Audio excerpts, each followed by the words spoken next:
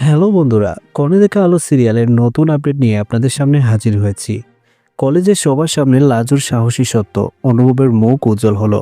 আজ কনে দেখা আলো সিরিয়ালের পর্ব শুরু হয় কলেজের এক অদ্ভুত টানটান পরিবেশ দিয়ে। কারণ আজকের দিনটা শুধু একটা সাধারণ কলেজ ডে নয়, আজ এমন একটা মুহূর্ত আসতে চলেছে যেটা অনুভবের জীবন, সম্মান আর আত্মসম্মান সব কিছুকে একসাথে নাড়িয়ে দিবে। কলেজ ক্যাম্পাসে ছাত্রছাত্রীদের ভিড়, ফিসফাস, কৌতূহলী চোখ আর সবার মুখে একটাই কথা, আজ নাকি অনুভবের বিরুদ্ধে বড় কিছু হতে চলেছে। এদিকে অনুভব কলেজে ঢুকলেও তার চোখে অস্বস্তি স্পষ্ট। সে বুঝে না কেন আজ সবাই তাকে অন্যরকমভাবে দেখছে, কেন কিছু মানুষ ইচ্ছে করে তার দিকে আঙ্গুল তুলছে, আর কেন তার এতদিনের সুনাম হঠাৎ প্রশ্নের মুখে পড়ছে। অনুভব মনে মনে নিজেকে শক্ত রাখার চেষ্টা করে, কিন্তু ভেতরে ভেতরে সে ভেঙে পড়ছে। এই সময় কলেজের অডিটোরিয়াম সবাইকে ডাকা হয়, কারণ কলেজ অথরিটি আজ একটি গুরুত্বপূর্ণ বিষয় নিয়ে আলোচনা করতে চায়। মঞ্চে প্রিন্সিপাল বসে আছেন, পাশে কিছু অধ্যাপক আর নিচে ছাত্রছাত্রীদের ভিড়।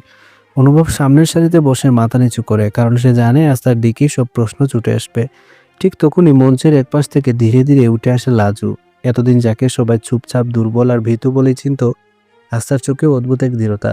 লাজু এক মুহূর্ত চারিদিক তাকায়, যেন নিজেকে বোঝায় আজ তার পিছিয়ে গেলেও চলবে না। প্রিন্সিপাল প্রশ্ন করেন, লাজু তুমি কিছু বলতে চাও? এই একটা প্রশ্নেই অডিটোরিয়াম নিস্তব্ধ হয়ে যায়। লাজু প্রথমে একটু থমকে যায়, কিন্তু তারপর সে গভীর শ্বাস নিয়ে বলতে শুরু করে, আজ আমি শুধু নিজের জন্য নয়, একজন মানুষের সম্মান বাঁচানোর জন্য কথা বলতে দাঁড়িয়েছি। এই কথাটা শুনেই অনুভব চমকে উঠে। সে লাজুর দিকে তাকায়, বিশ্বাস করতে পারে না যে লাজু তার জন্য কথা বলতে যাচ্ছে। লাজু ধীরে ধীরে পুরো ঘটনার বর্ণনা দেয়, কিভাবে ভুল বুঝাবুঝি তৈরি করা হয়েছিল, কিভাবে কিছু কথা ইচ্ছে করে ঘুরিয়ে বলা হয়েছিল, আর কিভাবে অনুভবকে দোষী প্রমাণ করার চেষ্টা চলেছিল। লাজুর কণ্ঠে কোনো নাটকীয়তা নেই, আছে শুধু সত্যের শক্তি।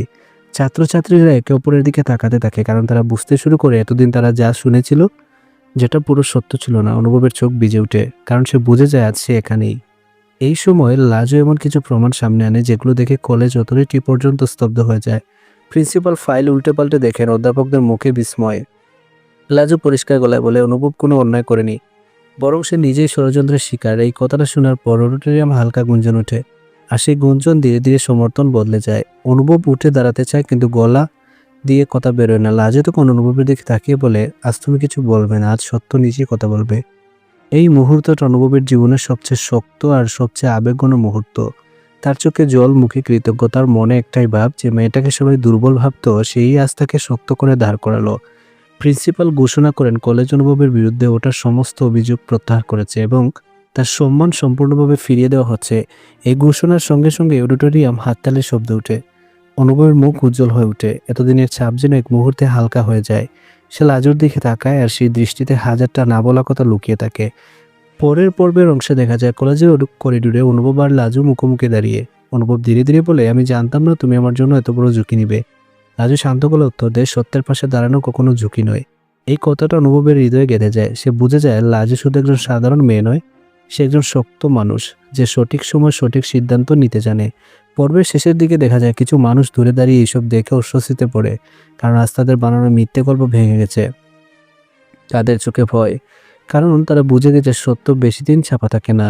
শেষ দৃশ্য, কলেজ ক্যাম্পাসে লাজু একা দাঁড়িয়ে আকাশের দিকে তাকায়। তার মুখে ক্লান্তি থাকলেও চোখে তৃপ্তি, কারণ আজ সে শুধু অনুভবের মুখ উজ্জ্বল করেনি, সে নিজের অস্তিত্বকে প্রমাণ করেছে।